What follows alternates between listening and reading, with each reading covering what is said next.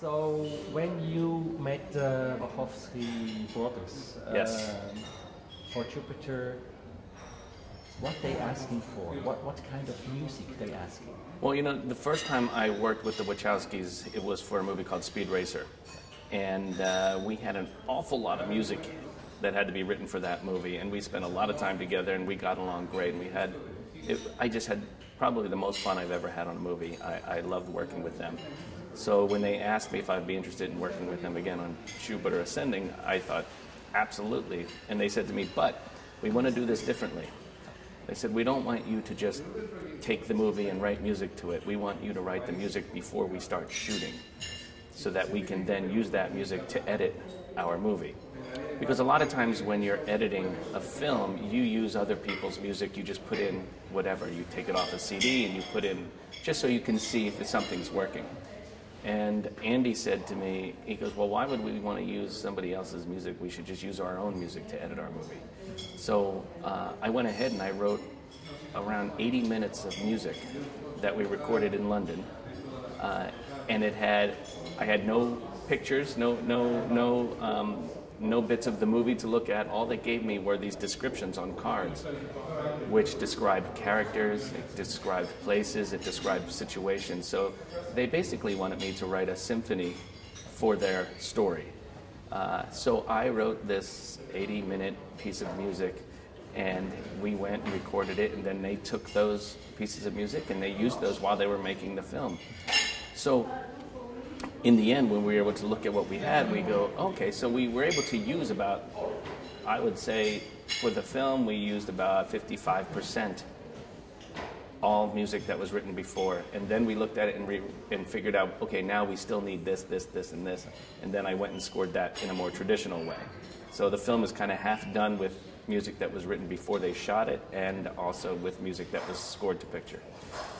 Could you describe the result? Could you describe the music you've done? Yeah, it's a very big symphonic score. It's very thematic. And there's a lot of characters, and each character has their own theme, and they love sort of big cinematic storytelling music, as do I, which is a lot of fun to write. And it was interesting watching the movie. When you watch the movie, you don't really get the sense that most of the music was written prior to shooting. When you watch it, it looks like it just fits in there somehow. I don't know how it all worked out. It was a crazy creative experiment, but it worked very nicely. I look forward to see the whole movie. Oh yeah, it's fun. Just well, even for me as a composer, it was great. And I'm excited for people to see it because of the way we went about doing it, because it was so different. It's a very different approach to scoring a film than what you would normally do. Could that be the next Matrix? Who knows? Only the public can decide this, right? You never know. You know, the thing is, you work on things, you make art, and you put it out into the world, and people either like it or don't like it. And all that is really important is that you are happy with it, and you of course hope that other people do, but you have no control over that, so you just do the best you can and you hope for the best. Was it your idea to hire Lucas for this job?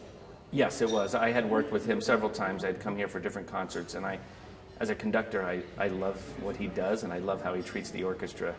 And so I knew we were going to be recording in London, so I thought this would be a perfect opportunity to see if he'd be interested in doing this for this film, which it was a type of job that he had never done before, and it's very different than conducting just a symphony orchestra or a concert, because there's a lot of detail involved when you're recording a score. You stop and start, and you fix things, you change things.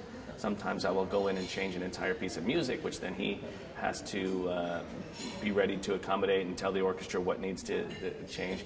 So there's a lot of craziness that happens in a recording session. But I figured that he would be perfect for it because he's so good with communicating with the orchestra, and he's so precise. He knows if he hears one small thing that's wrong, he can pick it out. And he goes, up, hold on, over here, I heard this, let's fix that. Okay, now let's move on. And he's very good with the details. So, and he's just a really nice guy. So I thought this would be a perfect sort of match, and we had a great time together, and he did a wonderful job. You would never know that that was his first time conducting a film score. And you're not a conductor? I conduct when I do concerts or things like that, but when I'm doing a film score, I would rather be in the booth with the director, and then I can watch the film as we're listening to the music, and I can talk with the director, and we can figure out, is this working, is this not working? So it's very important to me during those situations to have somebody that I trust up on the stand.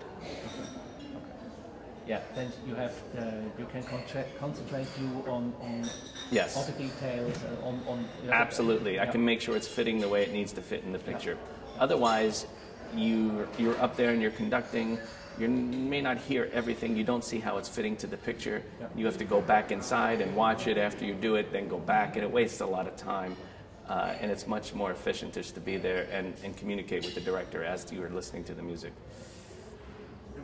For how long do you work recording that movie? How long is a session like this? We had about, I think, 7 or 8 days of recording for that movie. And that's about average for a big movie like that. Could you give us more examples about that collaboration with Ludwig? Maybe something funny or something behind the scenes? You know, he's a... we love... I'm just going to say, I'm just trying to think of what the best way to say. He's so nice. You know, there's not a mean bone in his body. So he's always tries to be as nice as he can. And I will say that the orchestra told me afterwards that he was one of their favorite conductors that they ever worked with. And this orchestra in London, you know, these guys work with everybody. And so for somebody to come in from the outside, first time working with them, usually an orchestra can be very wary of the conductor that's coming in. They're very, I don't know about this guy, we don't know, you know, who he is. But they fell in love with him. They loved him. And so afterwards, so many of them came up to me and told me, will he come back? Will he do other things here? And I said, I'm not sure. I hope he does. But they absolutely fell in love with him. And we have a lot of fun when we're recording, too. He was very nervous about recording because he hadn't done it, so he wasn't sure if he was going to do a good job or if he was going to be able to do everything we needed. But once he started, he just fell right into it. I don't know, were there any funny stories that I'm missing, that I'm not remembering? Hey, Ludwig. Oh, what funny, do we have any funny stories about our recording sessions? A funny story? Yeah, was there anything funny that happened that you can remember? No, it was only during the Led Zeppelin concert. Paul Vincent. What's that? Winston? I said Vincent always. I was gonna say that, but okay, I'll say that. I was gonna mention that, but I didn't know if I should say that or not. But one of the guys on my team, he's a recordist and a music editor, and his name is Vincent Cirilli, and I brought him from the States over with me, and so every time Ludwig would talk to him, he would call him Winston. Okay. And so we would be in the booth going, who's he talking to? Who's Winston? You know, and Vinny, we call him Vinny. Vinny would be like, yeah, I think he's talking to me. You know, Vincent, this thing. So every time he would say Winston, it was just, the whole booth would kind of crack up. And I don't know why, but it was funny. What do you think about here? Switzerland, Lucerne, Well, this our is... concert hall we have. I love the KKL concert. I love that place. It sounds amazing. And this is my 3rd year coming here. And every time I come, I'm always amazed at the orchestra and how well they play. And because, you know, doing film scores, this music is not always easy. It's very difficult, and you don't have a lot of time to rehearse and practice it. And it's not something that you've been playing all your life, like some of these classical pieces. Some of the players, they know them almost by heart because they play them all the time. This is a brand new piece, comes in, they have to learn it very quickly. And then on top of that, to have to play that to picture while the movie's playing, that makes it even more difficult. So I'm always astonished at how great they are and how wonderful and nice they are and how willing they are to take on a project like this and just go for it. I mean, it's so funny, you know, it always starts usually after the concert. Ludwig and I will be walking somewhere and we go, hey, how about we do such and such next year? Okay, let's do that. And then that's it, it's done, and we're doing that next year. You know, here we are, last year we did Star Trek 09, and now afterwards we went on a hike and we said, well, let's do Into Darkness next year. Okay, and here we are doing Into Darkness. So it's such a great town to come to. I love the city and I love the people, and it's just been fun every time I've been here. Perfect. Thank you so much. You should also say, if we can add in, that it was the first place that played a concert of your music. Oh yeah, And I mean that kind of. that's true. Yeah. Yeah, one of the really special things about Lucerne is the fact that this was the first place where they actually did a concert that was a full concert of just my music.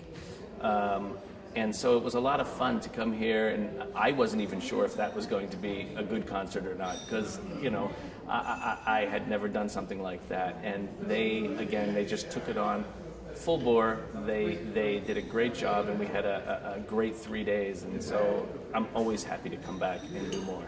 And a great friendship has developed out of that. So it's been great.